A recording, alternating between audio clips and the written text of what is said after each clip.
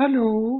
हाँ, उस पर बात नहीं हो रही थी। हाँ, राजस्थान से झुंझुनू डिस्ट्रिक्ट से भीष्म लेवारिया बोल रहा हूँ। जी जी जी जी सर। और मैं जो केसेस होते हैं एट्रोसिटीज के केसेस हमारे संज्ञान में आते हैं। जी हमारा एनजीओ है, उस परिवार को हम मोरल सपोर्ट, लीगल सपोर्ट और फाइनेंशियल सपोर्ट करते हैं। हम्म तो जब भी कोई केस आता है तो हम जहाँ भी हमारे एडवोकेट्स हैं, हाई कोर्ट के हैं, सुप्रीम कोर्ट के हैं, डिस्ट्रिक्ट कोर्ट के हैं, उनका हम पैनल बनाते हैं। और जो भी एडवोकेट मेरे बन जाता है उसमें मैं बात करता हूँ। अच्छा, तो आप कहाँ से एडवोकेट हो, कहाँ प्रैक्टिस करते हो? मैं बेसिकली तो सुप्रीम कोर्ट में प्रैक्टिस करता हूँ। ओके, बहुत बढ़िया बात है, अच्छी बात जी। लगी। और सुप्रीम कोर्ट से रिलेटेड जो हमारे समाज के इशू हैं उनको मैं ज्यादा फोकस कर रहा हूँ, क्योंकि सुप्रीम कोर्ट में हमारे समाज के एडवोकेट ही नहीं है। तो पहले तो मैं इस अभियान में लगा हूँ कि सुप्रीम कोर्ट के जो एडवोकेट ऑन रिकॉर्ड्स होते हैं उसमें अपने समाज का रिजर्वेशन कराएं, ताकि जो हमारा कोटा है वो पूरा हो। मैं जब उनसे आरटीआई में पूछता हूँ तो वो कहते हैं यहाँ पर इस तरह का कोई प्रोविजन ही नहीं है। तब मैं, ठीक है सर, कोई प्रोविजन नहीं है तो कम से कम हमें गिन के बता दो ये आदमी एससी से है। तो वो उसके डायरेक्टर जो हैं जिनके पास सेविंग गए वो कहते हैं नहीं यार, अब ये भी हमको नहीं पता है। तो मैं, फिर ऐसे कैसे चलेगा देश में? तो आप कहते हो कि वो जाति जनगणना कराओ, और आप अपने सुप्रीम कोर्ट की जाति जनगणना करा ही नहीं रहे। हाँ, मेरे को सारी धांधलीबाजी सुप्रीम कोर्ट में ही है ना? तो आप पहले ये तो बताओ कि सुप्रीम कोर्ट में क्या हमारा कोटा पूरा हो गया? कोटा पूरा हो गया तो बात खत्म है, फिर हमें रिजर्वेशन की जरूरत ही नहीं है। यदि 70 साल में हम अपनी मेहनत से सुप्रीम कोर्ट में नहीं पहुंच पाए तो भारत की शासन व्यवस्था का दोष है या न्यायपालिका का दोष है? अब 70 साल आपने चेक कर लिया कि हम अपनी मेहनत से नहीं पहुंच पा रहे, तो बूस्ट तो करना पड़ेगा ना। तो ये जिम्मेवारी शासन और न्यायपालिका की है। तो हम इस अभियान में लगे, उसी लिखा पढ़ी में लगे हुए हैं। न्यायपालिका भी तो पार्लियामेंट ही हैंडल करती है। पार्लियामेंट भी क्या कहूँ मैं, बीजेपी और आरएसएस और भागवत हैंडल करता है। जी। तो कमलेश जी वैसे बेसिकली कांग्रेस से बड़े हो? मैं हरदोई डिस्ट्रिक्ट यूपी का हूँ। अच्छा, वेरी गुड। तो कितनी प्रैक्टिस होगी आपको यहाँ आए हुए? मैं यहाँ पर सन 2013 में रजिस्टर्ड हुआ था दिल्ली में। ओके। और उस समय मैं जब रजिस्टर्ड हुआ था उस समय मैं बाबा रामदेव के जो केसेस चल रहे थे पतंजलि योगपीठ के, उनको यहाँ पर दिल्ली में सुपरवाइज करता था। हाँ, वो आपने बताया था सवेरे भी। जी। तो तो मैं इस वक्त एक राजस्थान में एक थानागाजी नाम से एक बड़ा विवश केस हुआ था, रेप केस हुआ था।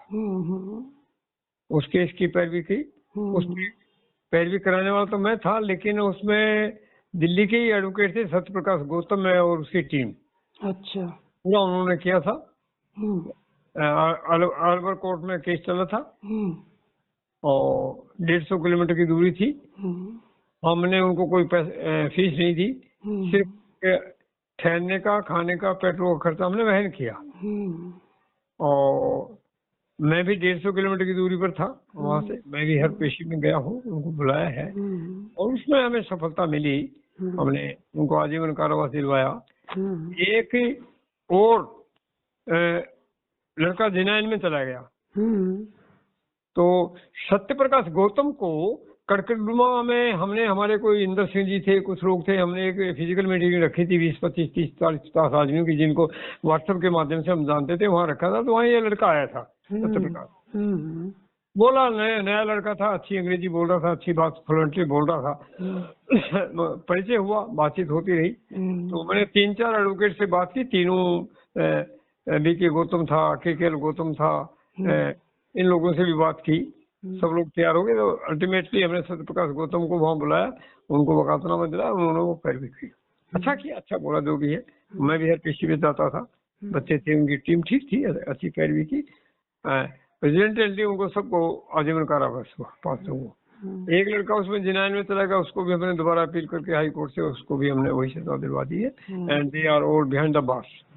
तो उस केस के मैं शेयर करना चाहूंगा, जब ये केस हुआ तो उसमें वहाँ टेंट लग गए थे लोगों के, नेताओं के, गिद्ध, मैं नेता नहीं कहता इनको, गिद्ध कहता हूँ, वर्कर जो पहले मुर्दे पर जाते थे नोचने के लिए, वो टीआरपी के लिए जाते हैं, उसके बाद में कोर्ट में जो केस चल जाता है वो पीड़ित परिवार अकेला होता है, चाहे वो थाना गाजी का केस हो, हाथरस का केस हो, दिल्ली की गुड़िया का केस देखिएगा, इंद्र मेघवाल का केस देखिएगा। तो इस केस को मैंने डील किया। दूसरा केस मेरे पास इंद्र मेघवाल का आ गया, वो भी मैंने वही किया। 700 किलोमीटर की दूरी है इंद्र मेघवाल के उसकी कोर्ट की जालोर की। मैं पहले 3 बार पहले गया हूँ, पहले जाऊंगा तभी जो उनके मैं मुकदमा वगैरह मैंने तैयार करवाए, फिर कोर्ट में अपने वकीलों को लेके गया हूँ, चल रहा है उधर। हाथरस केस देखिएगा, मेरे ख्याल से पूरे भारत के जितने इंटेलेक्चुअल्स हैं सभी है ना, और सोशल मीडिया में हाथरस जैसा निर्भया केस के लोगों को फांसी, और मनीषा बिटिया के केस में सबको एक्सोनरेट, वहां उसमें ना मर्डर हुआ जजमेंट में और ना उसमें रेप हुआ, हवा से वो बच्ची मर गई। उसमें सीमा कुशवाहा थी, इसमें सीमा कुशवाहा थी। इसकी मैंने चार्जशीट पढ़ी है, चार्जशीट बहुत अच्छी सॉलिड थी, पैरवी नहीं हुई, प्रेसिडेंटली सब बरी हो गए, वो बरी हो गए, और वो हाथरस का परिवार जेल में है उसकी। तो किसी ने उसको हाईकोर्ट में अपील तक नहीं किया।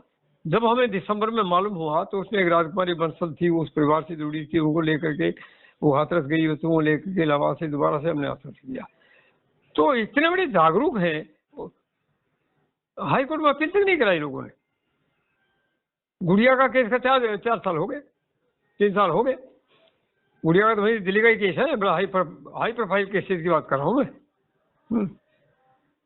जिसको जलते हुए भी लोगों ने देखा है, आज तक सजा नहीं हुई। तो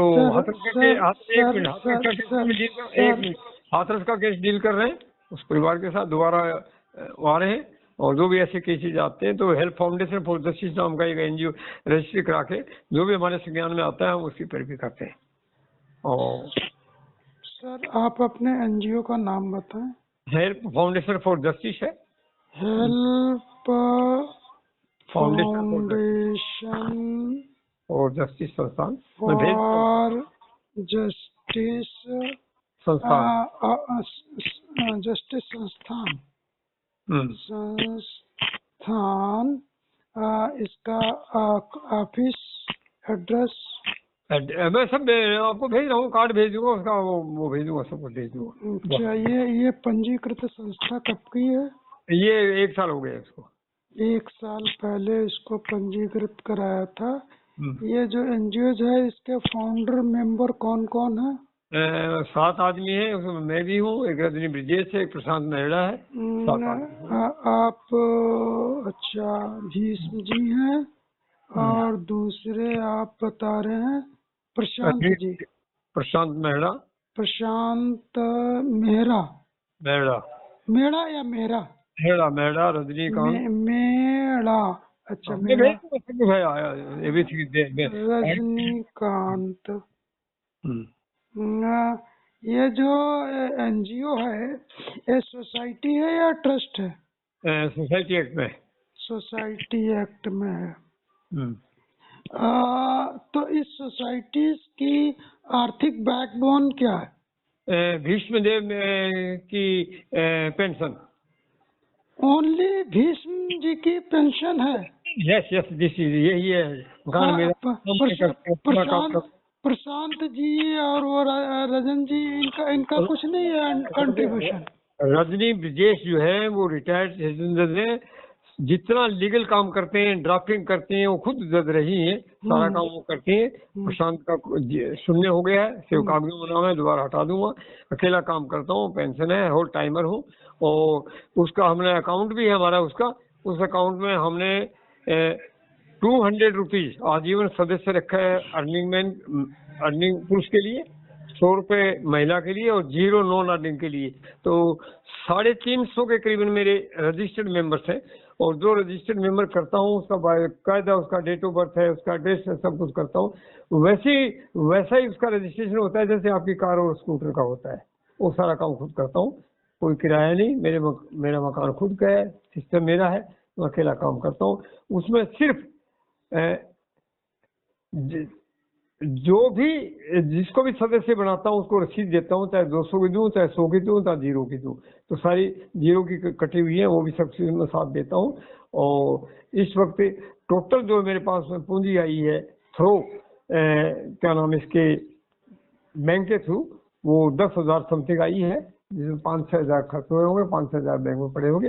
मैं अकेला करता हूँ, ना किसी से धंधा करता हूँ, ना किसी से लेता हूँ, खुद जाता हूँ, खुद काम करता हूँ। और ये सारे केसेस मैं अपने बलबूते पर कर रहा हूँ। एक केस हुआ था अभी, एक हेमलता नाम की एक लड़की है, मास्टर थी, उसको कहीं गाँव वालों ने सब्सिडी वाले मामले को लेकर के सारे सरकार ने उसको सस्पेंड कर दिया था, उसको रिमूव कर दिया था, काफी था। उसका केस भी मैं जयपुर जाकर के हाई कोर्ट में अपील करा के उसका सस्पेंशन रिवोक किया। कोई भी केस मेरे संज्ञान में आता है उसको मैं जुट जाता हूँ। एक केस मेरे संज्ञान में आया, मेरे पास भी एक नीमका थाना केस है, उसमें 9 मार्च को एक भट्टे पर एक 10 साल की लड़की के साथ हीनियस जो है क्राइम हुआ, रेप हुआ, हॉस्पिटलाइज रही, बच गई वो 2 महीने के बाद। FIR दर्ज भी हुई, उसी तारीख को होनी थी वो। उसके बाद में दिसंबर तक कोई गिरफ्तारी नहीं हुई, जबकि नामजद था, सब कुछ था, वीडियो तक थे उनके। जब मुझे पता चला तो मैंने उनसे IO से बात की, SP से बात की, और इंक्वायरी चल रही है। मेरे लेटर हेड पैड पर, हाँ जी, मैंने लिख के दिया उनको कि आपने इसमें प्रभावी कार्रवाई नहीं की, अगर नहीं करेंगे तो हम इस्तीगासा कर रहे हैं आपके खिलाफ। 7वां 8वें दिन जो है उसकी गिरफ्तारी हुई। मैंने रजिस्टर्ड लेटर दिया, उसको वायरल किया और 10 बार फोन किया। तो भीष्म जी आपके टोटल मेंबर्स कितने हैं? मेरे पास टोटल मेंबर है 350 के करीब है। 350 के करीब आपके पास मेंबर हैं, और वो भारत के बड़े बड़े लोग हैं, उसमें प्रोफेसर भी हैं, IG भी हैं, DIG भी हैं। और आपकी वर्तमान जो अकाउंट पूंजी है वो 10,000 है।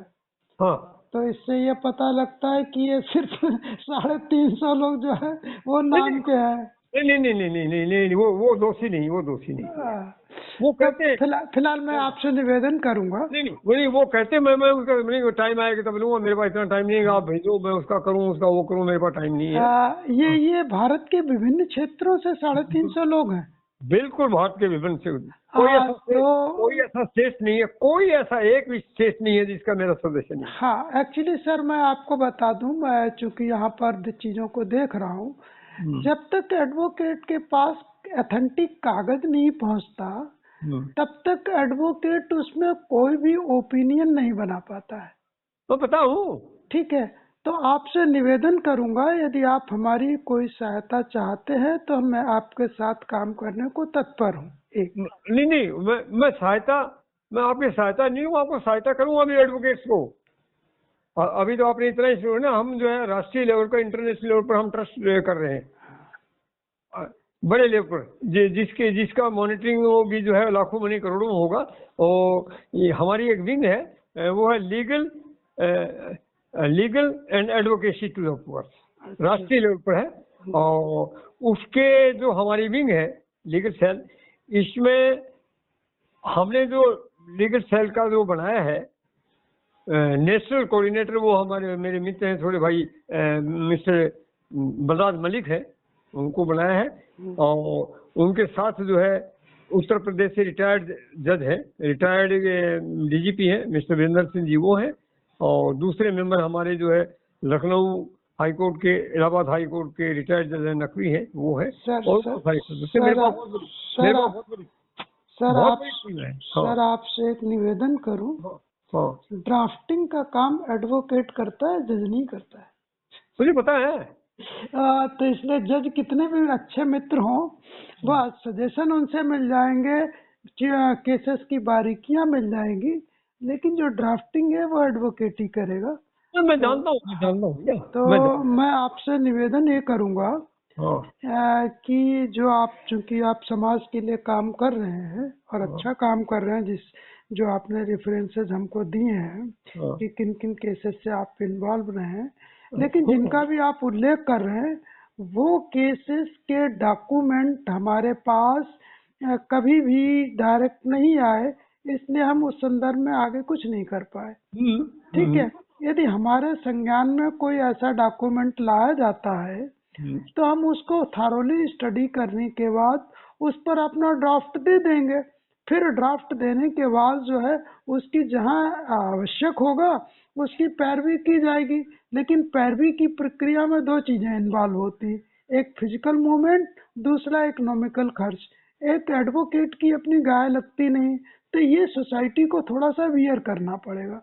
मुझे मुझे सब कुछ ध्यान है, मैं मेच्योर आदमी हूँ सर। हाँ हाँ, आप तो सोचेंगे और 88 साल। और नहीं, एक बात है और बड़े। मैं सर आपकी संज्ञान में डाल दूं, शायद आपको याद हो कल तो हमारी आपकी बातचीत हुई थी। इसके अलावा भी हमारी आपकी बात पहले हो चुकी है। हाँ, मैं करता रहता हूँ बात। हाँ, इससे पहले भी हमारी आपकी बातचीत हुई देखिए, थी, तब आपने रेफरेंस दिया था। आई थिंक लगभग 2.5-3 महीने पहले हम लोगों ने फिर यही बातचीत की थी। राइट तो राइट। हम जो है भारत के SC ST OBC माइनॉरिटी के राजनीतिक, सामाजिक और जितनी भी शख्सियत है उनको एक प्लेटफॉर्म में लाने का प्रयास कर रहे हैं हम। और आपने जो 2.5-3 महीने पहले बात की थी, तो हमसे ये कहा था कि हम जब भी दिल्ली आएंगे तो आपसे भेंट करेंगे। तो मैंने ठीक है। उसमें दिल्ली आया हूँ मैं। वो हमारी नेशनल कॉन्फ्रेंस थी लास्ट महीने की। नेशनल कॉन्फ्रेंस जो है SC ST OBC माइनॉरिटी का जो महागठबंधन बना था, बिजी रहा। और अब मैं 2 दिन के लिए आ रहा हूँ, 3 तारीख को मैं आ रहा हूँ। सबसे पहले तो हमारा काम होगा, अभी दिल्ली के चुनाव नजदीक आ रहे हैं, तो जितने भी पार्टियों के नेता हैं उन सब नेताओं को मैंने कह दिया, एक साथ दादन पर बैठो, दरी पर बैठो, अलग अलग चुनाव नहीं लड़ लूंगा। जितने भी लोग हैं, जितने भी हैं, SC के अम्बेडकर की बात करते हैं, उनको दरी पर बैठा के बात करूंगा कि अगर हमें पॉलिटिकली अलाइव रहना है तो आपस में चुनाव नहीं लड़ेंगे, सबको बुलाएंगे, माने या ना माने उसको सोशल मीडिया से उसको करेंगे। चाहे वो गुजरात हो, चाहे कोई वो नाम, चाहे चंद्रशेखर हो, चाहे मायावती हो, कोई भी हो, कोई आसमान से थोड़ी उतरे हुए, सबको कहेंगे आपस में।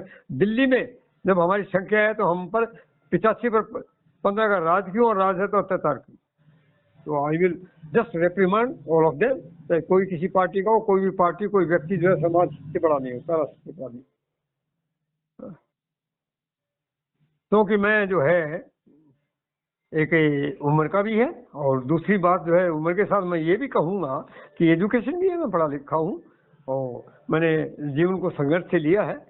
और आज की तारीख में जितने भी जो आज कर रहे हैं ना, उनके जन्म से पहले मैंने वो इम्तिहान पास किए हैं जिसके लिए लोग सपने में नहीं कर सकते।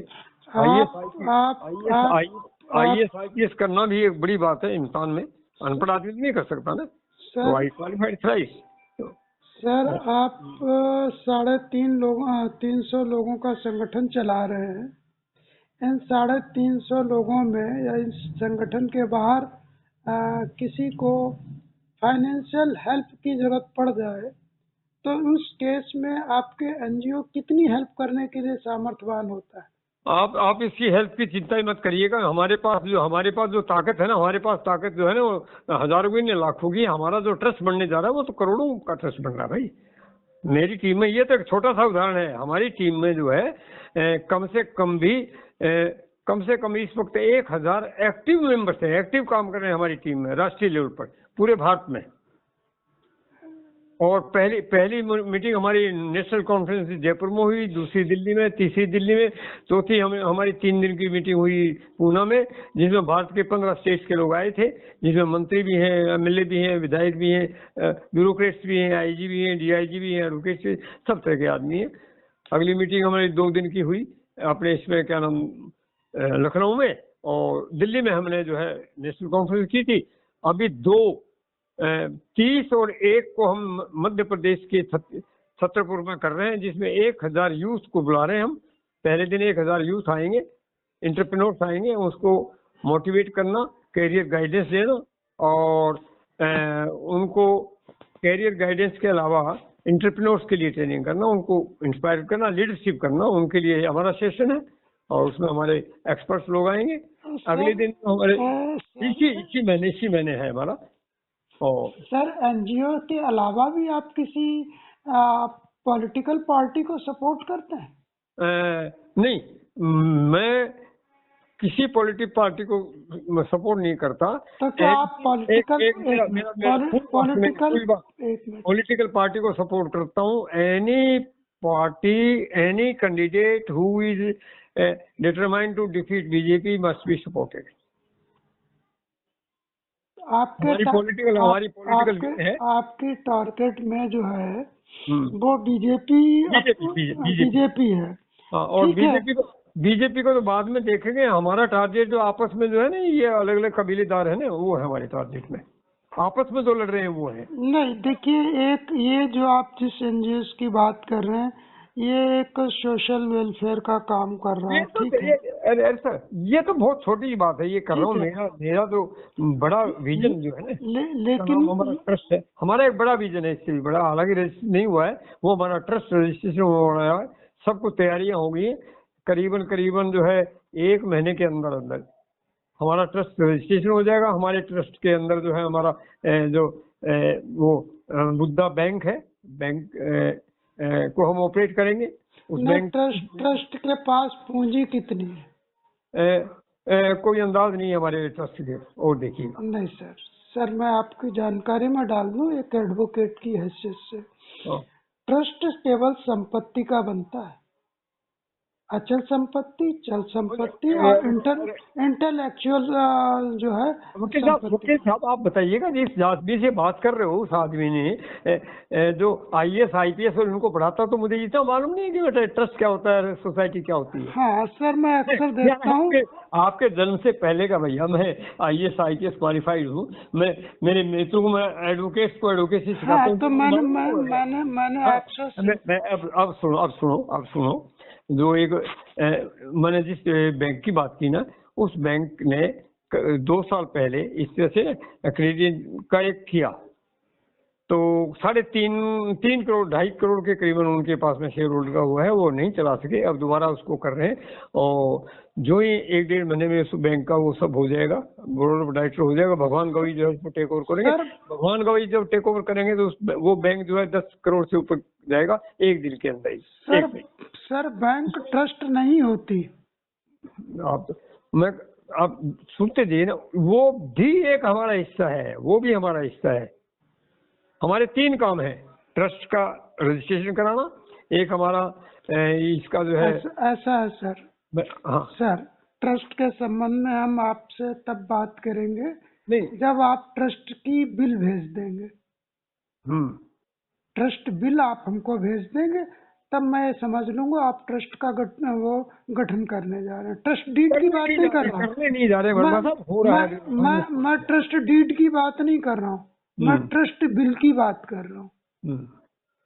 ट्रस्ट बिल, ट्रस्ट इच्छा पत्र, आप उसकी बात कर रहे हो? हाँ, ट्रस्ट इच्छा पत्र की बात कर रहा हूँ, वो हमको चाहिए, ट्रस्ट डीड नहीं चाहिए।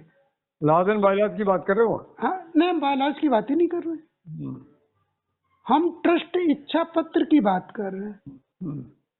वो आप हमको भेज देंगे, तब हम समझ लेंगे कि आप कुछ कार्य करने जा रहे हैं ट्रस्ट के संबंध में। नहीं, मैं अकेला नहीं हूँ भाई, उसमें मैं अकेला नहीं हूँ, भगवान गवई है। क्योंकि इस मामले मैं सर ये फॉल्ट पा रहा हूँ एक एडवोकेट की हैसियत से, लगातार ट्रस्ट बनाने के लिए सबसे पहले ट्रस्ट बिल का होना आवश्यक होता है, और लोग सीधे ट्रस्ट डीड बना के जस्ट लाइक सोसाइटी उसका गठन कर देते हैं, जो कि टोटली रॉन्ग है।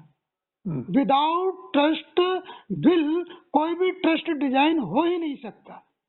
इसके जो सारा का सारा देख रहे हैं भगवान गवई है। और सर कौन देख रहे हैं? आप हमारी बातचीत करा दें, अगर आपको लगता है कि मैं आपकी कोई हेल्प कर सकता हूँ तो ठीक है, आप कर सकते हैं। आप हम साथ मिलकर काम करेंगे, आप हमारा सहयोगी रहिएगा। दिल्ली में आप काम पड़ेगा, दिल्ली भी हेडक्वार्टर करने जा रहे हैं। लेकिन इस वक्त जो सारी जो हमारा चल रहा है, मैं सब कुछ भेज रहा हूँ आपको, वो जो है राष्ट्रीय लेवल पर है। और भगवान गवई, आप नोट करिएगा, भगवान गवई हमारा भारत का वो आदमी है जो इंटरनेशनल जो बड़ी शिपिंग कंपनी खुद की है उनकी, और उसमें दुबई में है, बड़े बिजनेसमैन है, बड़े क्वालिफाइड है, और कई अरबों का उनका टर्नओवर है, और वो होल टाइम एडवोकेट है, स्कॉलर है, MBA है, सब कुछ काम वो कर रहे हैं। उनकी टीम है, उनके साथ हम भी हैं। सर कंपनी और फर्म के बायलॉज अलग होते हैं सर। मैं तो इंट्रोडक्शन दे रहा हूँ उनका, मैं तो उनका इंट्रोडक्शन। अगर आप भीष्म जी का आप कंफ्यूज मत होइएगा, मैं तो आपको इंट्रोडक्शन दे रहा हूँ कि इसमें काम कर रहे हैं। मैं आपसे निवेदन करूंगा, एक अधिकारी यहाँ के एमसीडी के थे, उन्होंने अपने पिताजी के नाम के आगे ट्रस्ट लगा दिया और हमको वाले कहते रहे कि ट्रस्ट है। बड़े अधिकारी थे एमसीडी के, अपने समाज के थे। और नाम बताइए। अरे नाम मत किसी का करें, लेकिन जब अगर आप पिन पॉइंट बनाएंगे तो मैं उनका बाकायदा दिखा दूंगा। उन्होंने अपने पिताजी के नाम में लगा ट्रस्ट लगा के बोले हमारा ट्रस्ट है, ट्रस्ट है। मैंने भाई दिखाइए तो कैसा ट्रस्ट है। अब मालूम पड़ा वो सोसाइटी रजिस्ट्रेशन एक्ट के अंतर्गत रजिस्टर्ड था और नाम में उसने ट्रस्ट लगा। हमने ट्रस्ट लिखने से कोई ट्रस्ट नहीं हो जाता, डीएम लिख देने से कोई डीएम नहीं होता, डीएम का एग्जाम क्वालिफाई करना। तो हमारे बड़े बड़े अधिकारी इस तरह की चूक करते रहे हैं। नहीं, मैं चूक करने वाला अभी वो कुछ दिन इसी 30 दिसंबर को रिटायर हुए, ठीक है, और ये बात साल भर पुरानी है। उनको समझाते समझाते थक गए, फिर उनको दूसरे की जो ट्रस्ट बना हुआ था उसको मैं जबकि उसके ट्रस्ट में गलती है कि उसकी ट्रस्ट बिल ही नहीं है, बिना ट्रस्ट बिल के उसका ट्रस्ट बना हुआ। मैं कहता हूँ उसकी पूंजी दिखा दे भाई, पूंजी कहाँ है तेरे पास? चल संपत्ति है, अचल संपत्ति है, एक्चुअल बौद्धिक संपदा है, जो भी हो दिखा दे। वो भी कुछ भी नहीं है, ट्रस्ट बना हुआ है। तो इस तरह से नहीं बनते हैं भाई। मैं इतना ही निवेदन कर रहा हूँ आपसे, अगर आप जानते हैं तो अच्छी बात है, अगर नहीं जानते हैं तो ये हमारी रिक्वेस्ट है। अरे मेरे पास में यार ऐसा है कि मेरे पास में कम से कम गैलेक्सी ऑफ एडवोकेट से काम कर रहे हैं यार भैया। कोई 1 साल से 1.5 साल से काम कर रहे हैं, मेरी कोई कमी है क्या? जो काम कर रहे हैं, फाउंडेशन है, ट्रस्ट है, नाम सब कुछ बन रहा है। और हमारे कॉर्पोरेट्स वाले हैं, जब मैं नाम बता रहा हूँ आपको, नाम बता रहा हूँ, नाम सुनिएगा, भगवान का भी देखिएगा उसमें, और उसमें स्टील माउंट देखिएगा, उसमें बिजनेसमैन है और उसमें इतने बड़े स्कॉलर्स हैं, एडवोकेट्स भी हैं, उनसे सुप्रीम कोर्ट के एक थोड़ी हमारे पास में यार।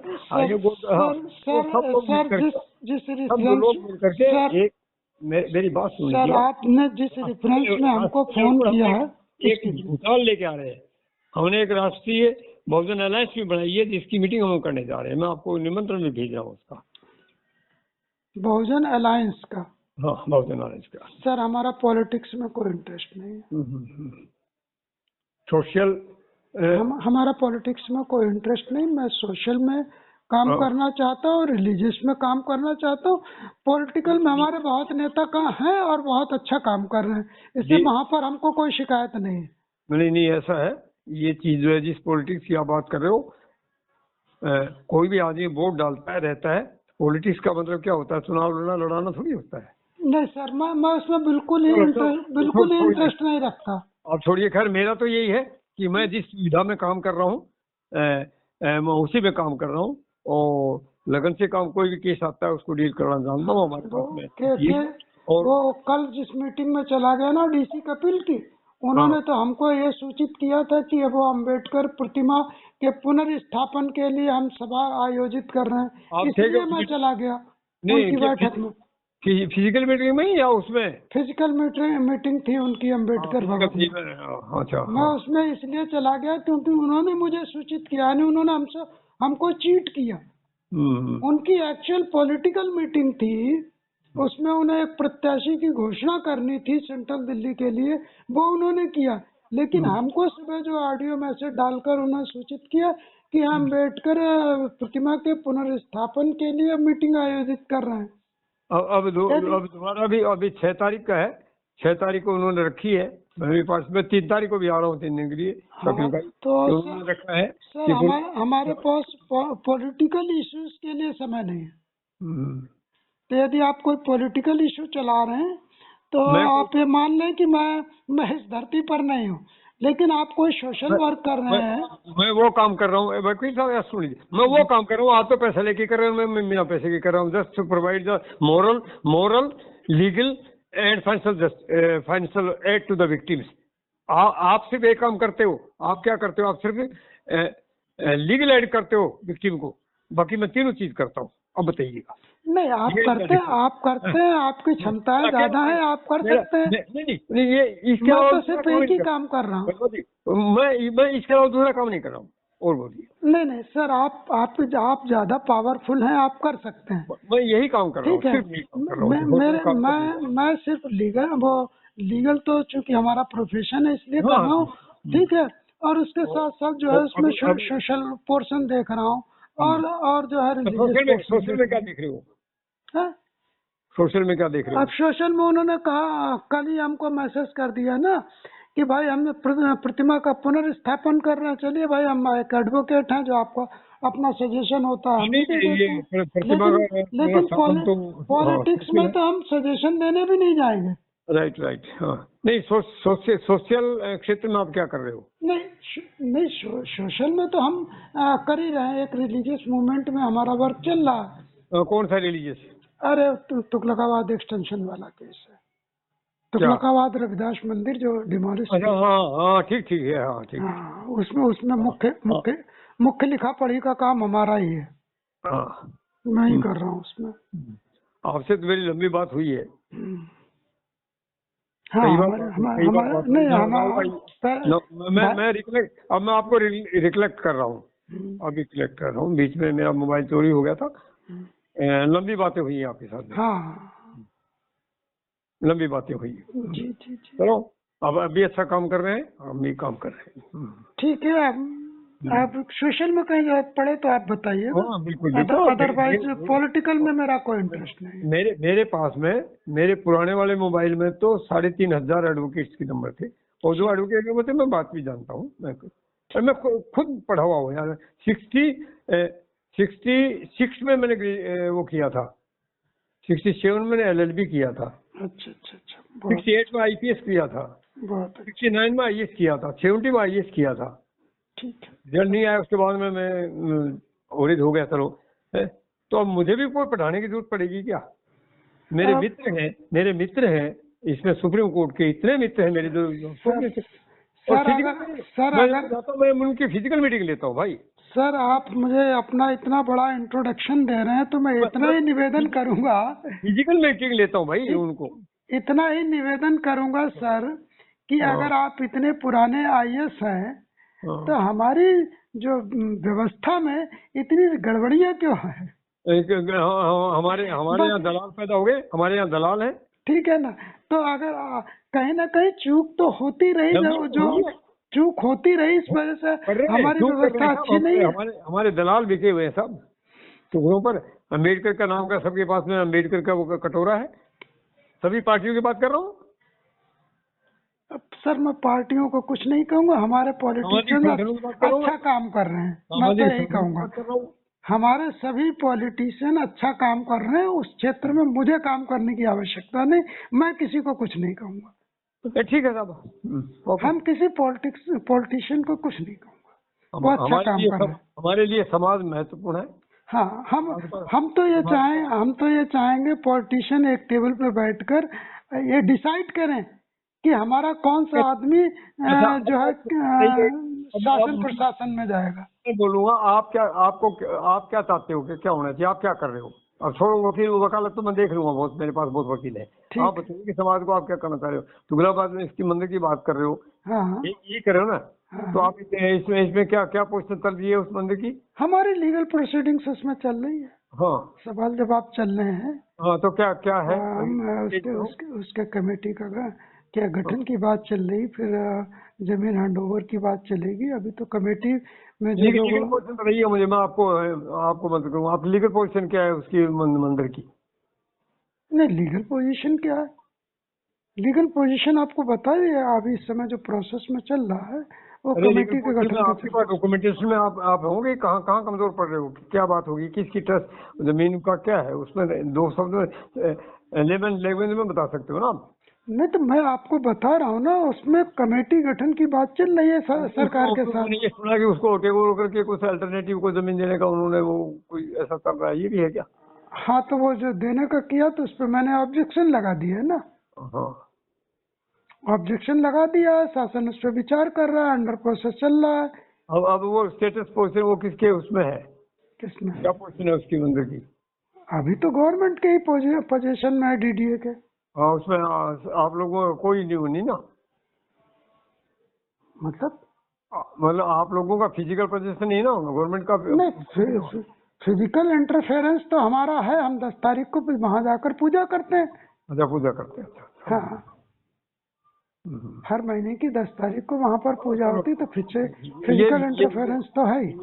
ये है एक मामला है, बल्कि it is not the national problem of our society. एक है सर, एक आस्था की बात है, और हम तो बड़े कर्मास पर काम कर रहे हैं। अरे सर, आपको करना चाहिए, आप आईएएस रहे हैं सर। हाँ, ठीक है सर। ओके सर, ठीक सर।